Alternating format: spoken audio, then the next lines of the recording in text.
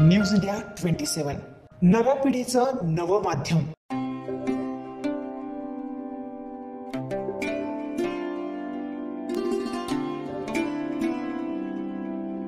वकिली क्षेत्रात येणाऱ्या नवीन वकिलांसाठी देशातील पहिल्या ॲडव्होकेट अकॅडमी आणि रिसर्च सेंटर महाराष्ट्रात सुरू करण्याचा निर्णय महायुती सरकारने घेतलाय। त्याचं भूमिपूजन नुकतंच नवी मुंबईतील तळोजा येथे देवेंद्र फडणवीस यांच्या हस्ते पार पडलं।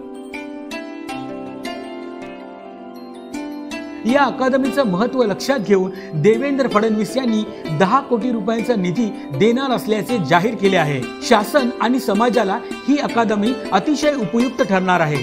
तसेच यामुळे न्यायदानाच्या क्षेत्रात उत्तम काम होईल। त्यामुळेच येथे शिकणाऱ्या वकिलांना विद्यावेतन देण्याचंही फडणवीस यांनी स्पष्ट केलं आहे। चांगले कायदे बनवण्यासाठी या अकादमीची निश्चित मदत होईल। त्यासाठीच महायुती सरकारनं हा निर्णय घेतलाय।